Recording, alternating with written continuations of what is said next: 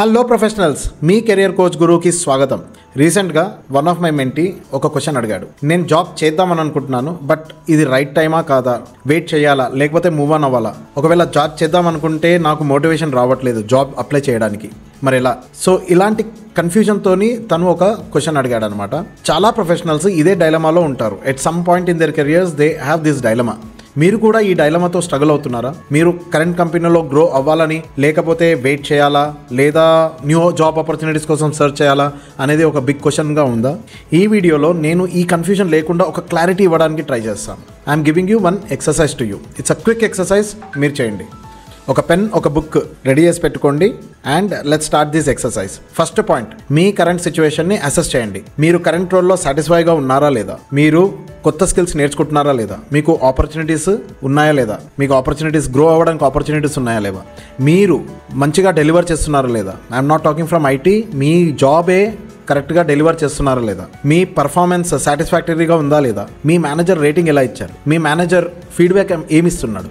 ఈ అన్ని క్వశ్చన్స్కి ఒక 1 to 10 మధ్యలో ఒక రేటింగ్స్ ఇవ్వండి. అండ్ ఈ ఓవరాల్ క్వశ్చన్ సెట్కి, మీ అసెస్ కరెంట్ సిచ్యువేషన్ అనే ఒక సెట్కి ఒక వెయిటేజ్ ఇవ్వండి.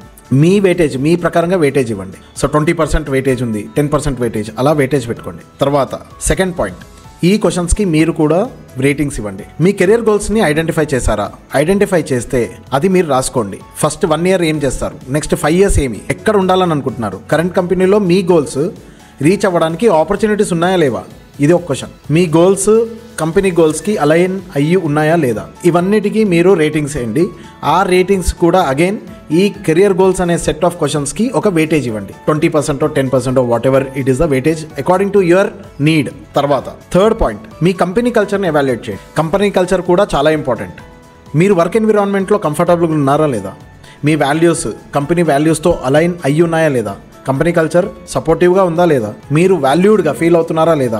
మీ తోటి వాళ్ళు, మీ ఎంప్లాయీస్ మిమ్మల్ని రెస్పెక్ట్ ఇస్తున్నారా లేదా? మిమ్మల్ని అండర్ వాల్యూ చేస్తున్నారా, ఓవర్ వాల్యూ చేస్తున్నారా? సో ఇవన్నీ క్వశ్చన్స్కి ఒక 1 to 10 మధ్యలో రేటింగ్స్ ఇవ్వండి అగైన్. అండ్ మీ ప్రయారిటీ బట్టి దీనికి ఒక వెయిటేజ్ ఇవ్వండి. 30%, 10%, 20%, what ever it is. Now the fourth point is growth opportunities ఉన్నాయా లేవా?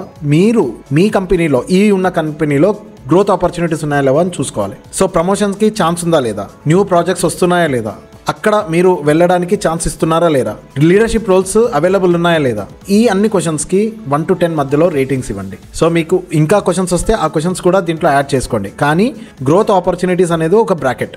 అలాగే సేమ్ దీనికి వెయిటేజ్ ఇవ్వండి. మీ ప్రయారిటీ బట్టి వెయిటేజ్ ఇవ్వండి. So fifth one, job satisfaction. మీ జాబ్ సాటిస్ఫాక్షన్ని కూడా కన్సిడర్ చేయండి. ఈ క్వశ్చన్స్కి మీరు రేటింగ్స్ ఇవ్వండి. జాబ్ సాటిస్ఫాక్షన్, మీ కరెంట్ రోల్లో హ్యాపీగా ఉన్నారా లేదా?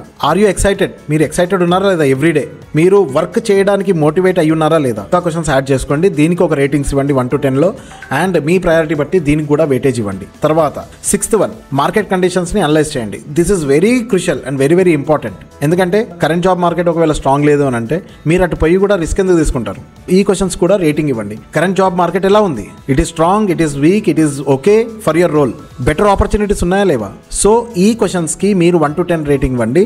తర్వాత మీ ప్రయారిటీ ప్రకారంగా వెయిటేజ్ ఇవ్వండి. దీనికి ఎక్కువ వెయిటేజ్ ఇవ్వండి. ఎందుకంటే ఒకవేళ మార్కెట్ స్ట్రాంగ్గా ఉంటే అండ్ మిగతావి కూడా అలైన్ అయి ఉంటే మీరు జాబ్ చేంజ్ అవ్వడానికి చాలా మంచి సిగ్నల్. ఒకవేళ మీకు మార్కెట్ కండిషన్సే బాగాలేదు, దీని రేటింగ్స్ చాలా తక్కువ ఉన్నాయనుకోండి, అప్పుడు వేరే రేటింగ్స్ ఎక్కువ ఉన్నా కూడా రిస్క్ తీసుకోకండి. So this is very important. Seventh point, mentors నుంచి అడ్వైస్ తీసుకోండి. సో ఇవన్నీ మీరు చేశారు కదా, ఈ 6 పాయింట్స్కి మీరు అనలైజ్ చేసుకున్నారు, రైట్? ఈ అనలైజ్ చేసిన తర్వాత మీకు ఒక వెయిటేజ్ వచ్చింది, మీకు ఒక పాయింట్స్ వచ్చాయి.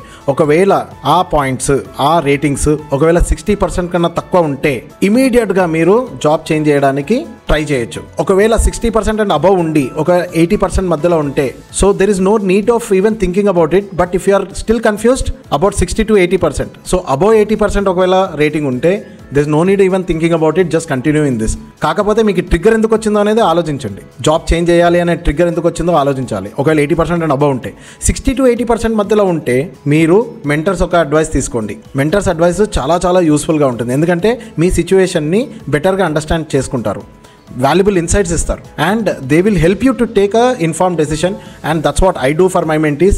And if you are interested, you can contact me. 8th point, trust your instincts.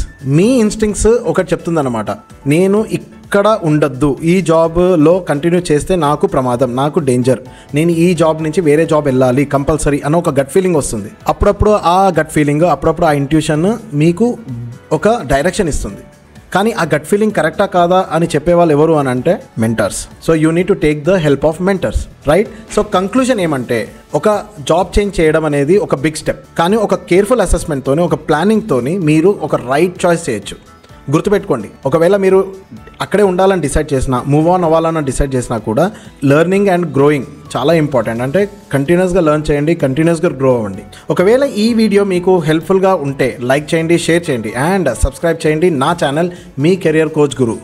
Let's grow together and make your career extraordinary. Thank for watching. Until next time, keep learning, keep growing. All the best.